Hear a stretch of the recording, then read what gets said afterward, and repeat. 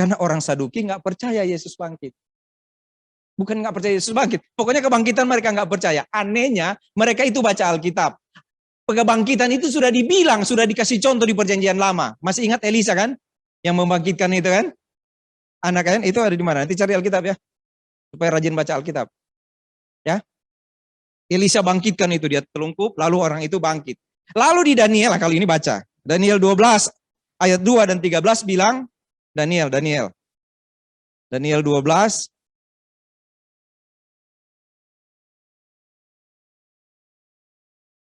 ayat 2, dan banyak dari orang-orang yang telah tidur dalam debu tanah, mati maksudnya ya. Tidur dalam debu tanah akan bangun, sebagian untuk mendapatkan hidup yang kekal, sebagian untuk mengalami kehinaan dan kengerian yang kekal. Padahal sudah dibilang dari ribuan tahun sebelumnya, bahwa nanti akan terjadi di akhir zaman ada kebangkitan orang mati. Ternyata orang yang datang di Korintus itu bukan orang yang belajar Alkitab. Tapi gayanya ngajar Alkitab. Bahaya sekali ya. Ya, mereka tuh sebenarnya harusnya kalau ngajar Alkitab tahu. Di perjanjian lama ada fakta, ada kebangkitan. Ada fakta orang naik ke surga tanpa kebangkitan. Tanpa kematian. Dan ada nubuat. Di akhir zaman, orang yang tidur dalam debu tanah akan bangun, akan bangkit. Sebagian dapat hidup kekal, sebagian kengerian kekal. Ada loh. Tapi sok datang-datang ke Korintus ngajar, salah ngajar. Salah ngajar. Tapi ada sedikit orang yang percaya itu. Nah, yang sedikit ini bisa jadi racun. Kita berusaha ya, saudara-saudara di GABSD untuk belajar Alkitab yang benar. Kita belajar Alkitab yang benar. Supaya yang dikit itu jangan jadi provokator. Karena termasuk di Indonesia yang dikit itu biasa provokator. Ya, saudara tahu nggak Alkitab bilang? Sebab para serigala akan menyamar sebagai apa? Gembala atau domba? Domba.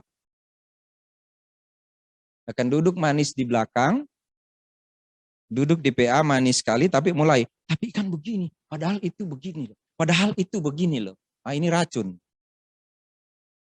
Bagaimana mungkin ada di antara kamu yang mengatakan bahwa tidak ada kebangkitan orang mati? Saudara yang kasih dalam Tuhan Yesus, ada yang datang mengajar, tapi itu bagi kita sudah lewat aja ya. Itu kan tadi cuma ilustrasi saja. Yaitu bahwa supaya untuk pengetahuan dikit lah. Di perjanjian lama sudah dikatakan itu. Nanti kita akan bahas tentang Daniel pasal 12 itu, karena ada doktrin yang bilang ketika orang mati dia nggak ngapa-ngapain, dia tidur. Namanya ada orang yang percaya begitu.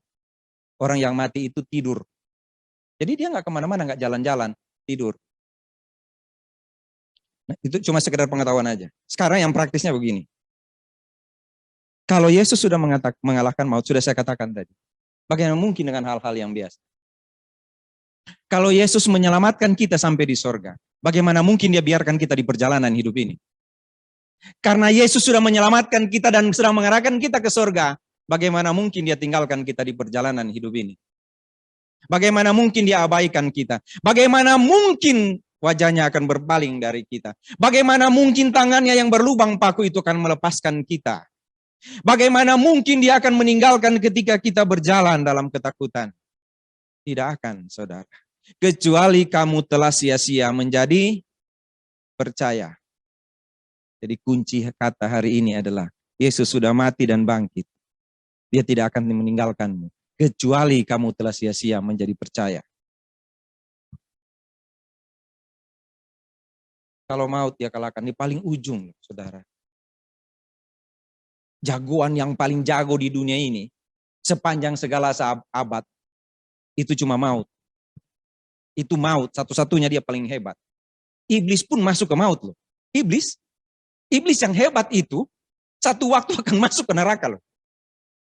Mati dan masuk ke neraka. Iblis masuk, siapa yang mau kalahkan maut? Karena maut itu terpisah dari Tuhan kan. Semua yang terpisah dari Tuhan masuk ke situ. Dan Yesus datang kepada maut. Dan dia bilang kepada maut, Jangan dikira saya cuma berkuasa atas dunia. Saya tidak hanya berkuasa atas dunia, tapi saya berkuasa juga atasmu, hai kematian. Saya berkuasa atas kematian. Saya bisa buat itu Mas Murwianto nanti nggak mati, tapi diangkat ke surga. Itu kalau Yesus datang. Tapi saya akan buat si Sony Pontolawokang mati, tapi saya akan bawa dia ke surga.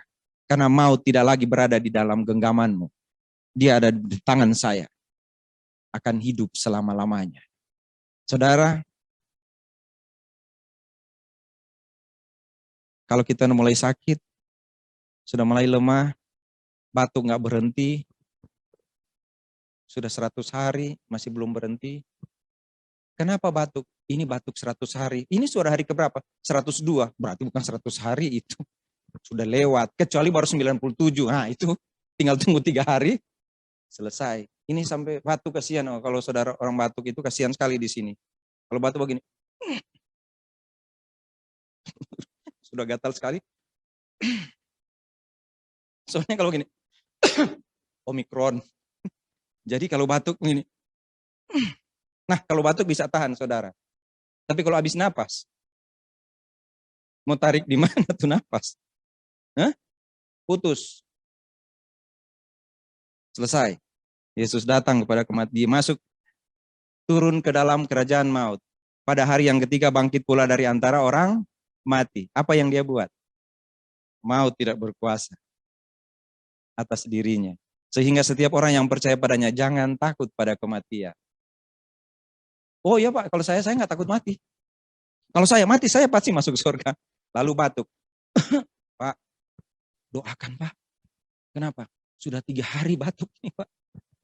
Doakan Pak. Setelah sembuh, lewat. Kok waktu sakit Pak, tolong doakan Pak. Pas sembuh, nggak balik. Oh sudah mengalahkan maut. Sudah pergi. Ya kan?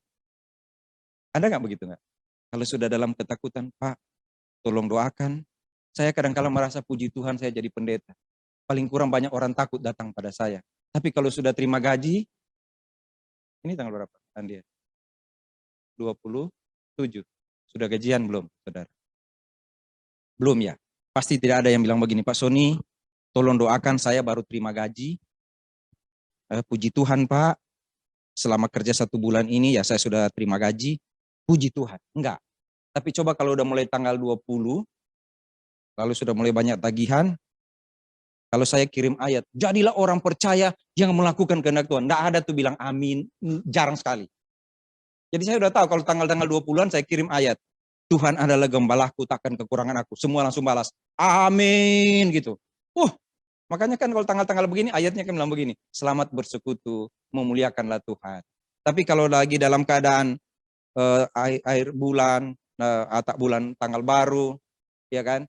Itu saya nggak ada gunanya itu ayat bilang begini, berkat Tuhan selalu baru setiap hari. Saudara, kalau Yesus sudah mengalahkan maut, apalagi yang dia bisa kalahkan? Selesai ya? Tidak ada ya? Sudah kalahkan maut, apalagi ya?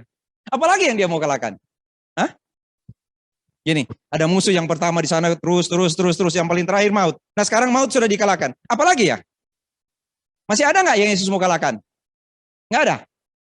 Ya. Saudara menggunakan kata begini, kami adalah orang-orang pemenang. Benar nggak? Kalau Yesus sudah mengalahkan maut, musuh yang paling ujung sana, apalagi yang dia mesti kalahkan? Nggak ada. Jadi yang harus kita buat adalah menikmati hidup. Karena Yesus sudah mengalahkan, termasuk maut. Bagaimana mau menikmati hidup itu? Apakah pantas takut pada kematian? Tidak pantas. Apakah pantas takut pada kelemahan? Tidak pantas. Apakah pantas takut pada masalah-masalah yang sementara? Tidak pantas. Kenapa? Kalau Yesus tidak dibangkitkan, sia-sialah kepercayaan kamu. Kalau Yesus tidak mengalahkan maut, sia-sialah kepercayaan kamu. Bahkan kita bisa mengatakan Allah berdusta ternyata.